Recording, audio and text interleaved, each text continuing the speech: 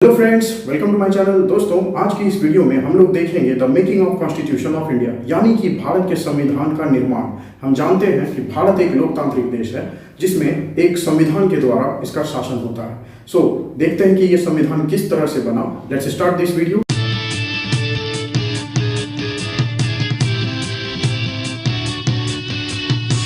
The making of constitution of India. What is a constitution? आखिर एक संविधान है क्या?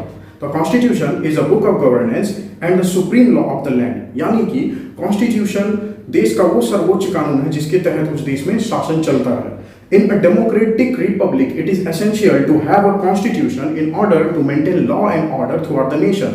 यानी कि एक डेमोक्रेटिक रिपब्लिक में ये बहुत ज्यादा जरूरी है कि कॉन्स्टिट्यूशन हो जिसके तहत इस देश में कानून और व्यवस्था बनी रह सके। The Constitution of India is the conclusion of almost 3-year-long reasonable debates among the members of the Constituent Assembly over the various political and administrative issues। यानी कि भारत का संविधान एक कंक्लूजन है, एक निष्कर्ष है लगभग 3 साल लंबे चले डिबेट का। ये डिबेट कॉन्स्टिट्यूशन असेंबली के मेंबर्स के द्वारा अलग अलग पॉलिटिकल और एडमिनिस्ट्रेटिव पहलुओं पर की गई थी और ये डिबेट दिसंबर 1946 में स्टार्ट हुई थी और नवंबर 1949 में जाकर खत्म हुई थी। लगभग 3 साल तक ये पॉलिटिकल और एडमिनिस्ट्रेटिव इश्यूज पर कॉन्स्टिट्यूएंट असेंबली के मेंबर्स ने डिबेट किया था कि भारत का संविधान कैसा होगा। इसको बनाने के लिए उन लोगों ने बहस किया था और जिसका परिणाम हुआ हमारे भारत का संविधान बन करके तैयार हुआ। The Constituent Assembly was formed under the Cabinet Mission Plan 1946 sent by the British government to write the Constitution for Independent India। यानी कि Constituent Assembly असल में बनी थी अंग्रेजों के ही द्वारा। ब्रिटिश गवर्नमेंट ने 1946 में कैबिनेट मिशन प्लान इंडिया भेजा था ताकि भारत के लिए जो संविधान बनेगा उस संविधान को बनाने के लिए एक कॉन्स्टिट्यूएंट असेंबली यानी कि एक संविधान सभा का गठन किया जा सके। आपको याद होगा हमारा देश 15 अगस्त 1947 को आजाद हुआ है 1947 में, लेकिन ये कैबिनेट मिशन प्लान 1946 में ही आया था और हमारा कॉन्स्टिट्यूएंट असेंबली भी हमारा संविधान बनाना 1946 में ही शुरू कर दिया था, यानी हमारे देश के आजाद होने से पहले ही। It started its work on 9 December 1946 with 389 members elected by the members of provincial assemblies, but the number of its members came down to 299 after the partition of British India under the Indian Independence Act 1947 passed by Parliament of UK। मतलब कि संविधान सभा तो constituent assembly ने अपना काम करना शुरू कर दिया था 9 दिसंबर 1946 को ही। और इसका काम क्या था? संविधान सभा का जो काम था वो था संविधान को लिखना, आज़ाद भारत का एक संविधान बनाना। और ये काम संविधान सभा ने यानी कॉन्स्टिट्यूएंट असेंबली ने 9 दिसंबर 1946 को ही शुरू कर दिया था। और शुरुआत में इस सभा में टोटल 389 मेंबर्स थे जो कि चुने गए थे उस समय की प्रोविंशियल असेंबलीज के मेंबर के द्वारा, यानी कि कॉन्स्टिट्यूएंट असेंबली के मेंबर्स को इनडायरेक्टली चुना गया था। तो शुरुआत में तो इसके 389 मेंबर्स थे, लेकिन आपको पता है कि 1947 में हमारे देश का विभाजन हो गया और तब जाकर के इसके कुछ मेंबर पाकिस्तान चले गए और कुछ मेंबर जो इंडिया में बचे वो 299 थे।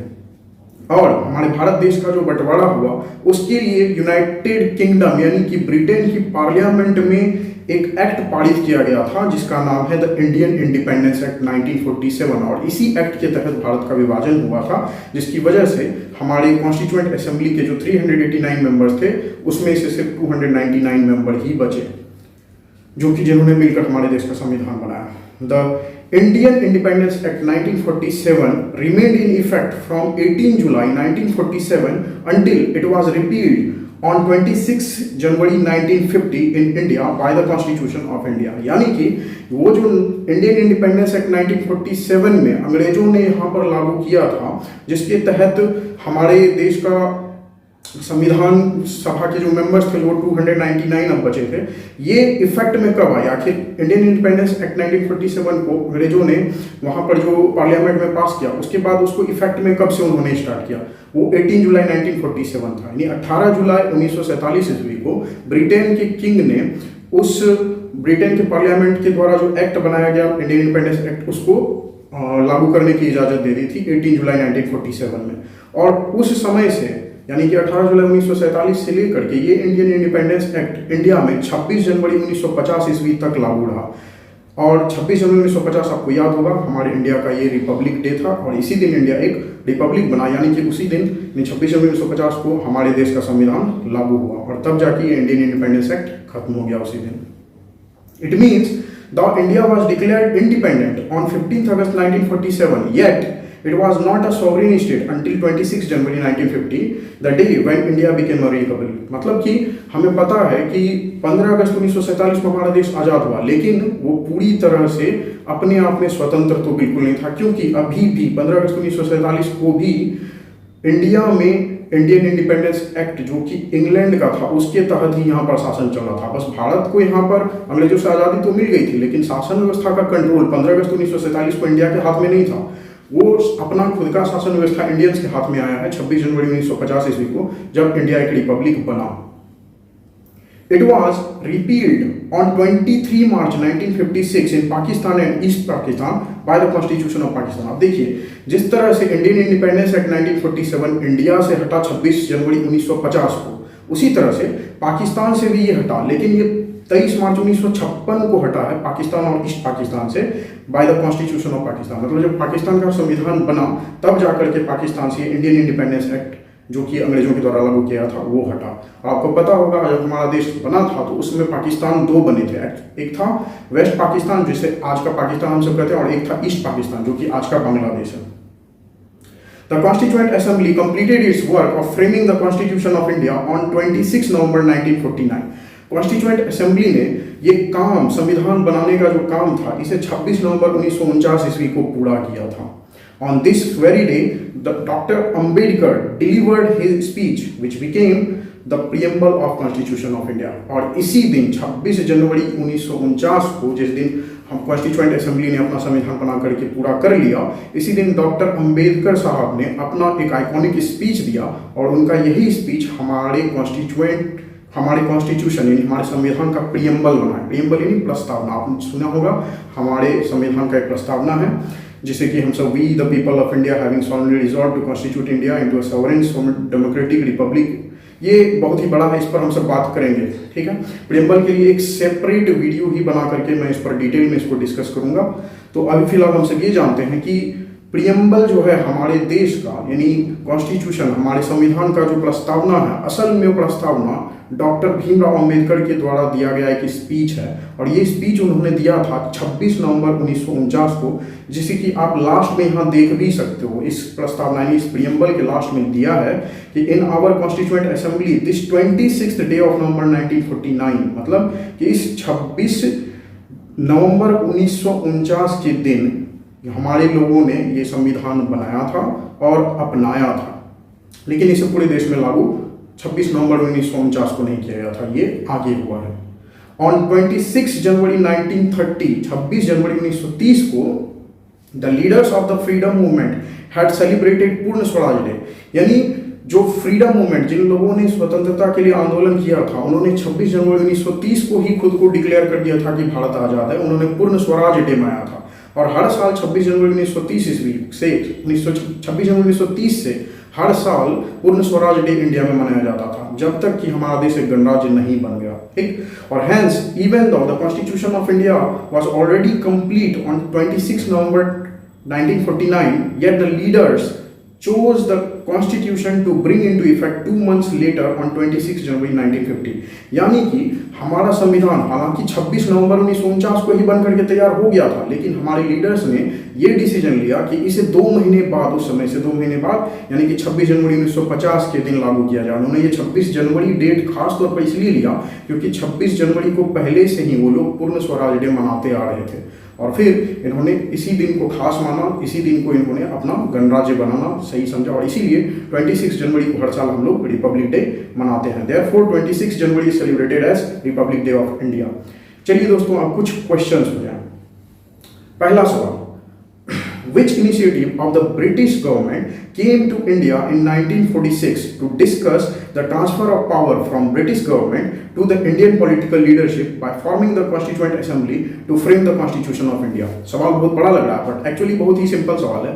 सुनिए, कहा क्या गया है क्वेश्चन में कि ब्रिटिश गवर्नमेंट के द्वारा क्या शुरू किया गया था, ऐसा क्या चीज था, कौन सा प्रस्ताव था जो ब्रिटिश गवर्नमेंट ने 1946 में इंडिया भेजा था, जिसका एम था कि ब्रिटिश गवर्नमेंट का जो पावर है, जो इंडिया में चल रहा पॉलिटिकल पावर, ये इंडिया के लोकल लीडर्स को ट्रांसफर किया जाए। और इसके लिए इन्होंने एक बॉडी बना करके दी थी जिसका नाम था कॉन्स्टिट्यूएंट असेंबली, जिसका काम था कि भारत के लिए एक संविधान लिखना। तो सवाल ये है कि ब्रिटिश गवर्नमेंट ने ऐसा क्या, कौन सा प्लान भेजा था जिसके तहत संविधान सभा यानी कॉन्स्टिट्यूएंट असेंबली का गठन हुआ। तो आपके ऑप्शंस हैं Simon commission, cabinet mission plan, Mountbatten plan और इंडियन इंडिपेंडेंस एक्ट। अब देखिए, आपको पता होगा साइमन कमीशन 1928 में आया था, कैबिनेट मिशन प्लान 1946 में आया था, और यही हमारा सही जवाब होगा क्योंकि माउंटबेटन प्लान तो 1947 में आया था, और इंडियन इंडिपेंडेंस एक्ट भी माउंटबेटन साहब के प्रस्ताव पर ही 1947 में ही लागू किया गया था। यानी कि कैबिनेट मिशन प्लान 1946 ईस्वी में अंग्रेजों ने यहाँ इंडिया भेजा था, जिसके तहत ये गठन हुआ हमारे कॉन्स्टिट्यूएंट असेंबली का, और फिर हमारे कॉन्स्टिट्यूएंट असेंबली के मेंबर्स ने मिलकर के हमारे देश का संविधान लिखना शुरू किया था 9 दिसंबर 1946 को। और इस काम को पूरा किया था इन्होंने कब? इसको पूरा किया था 26 नवंबर 1949 को।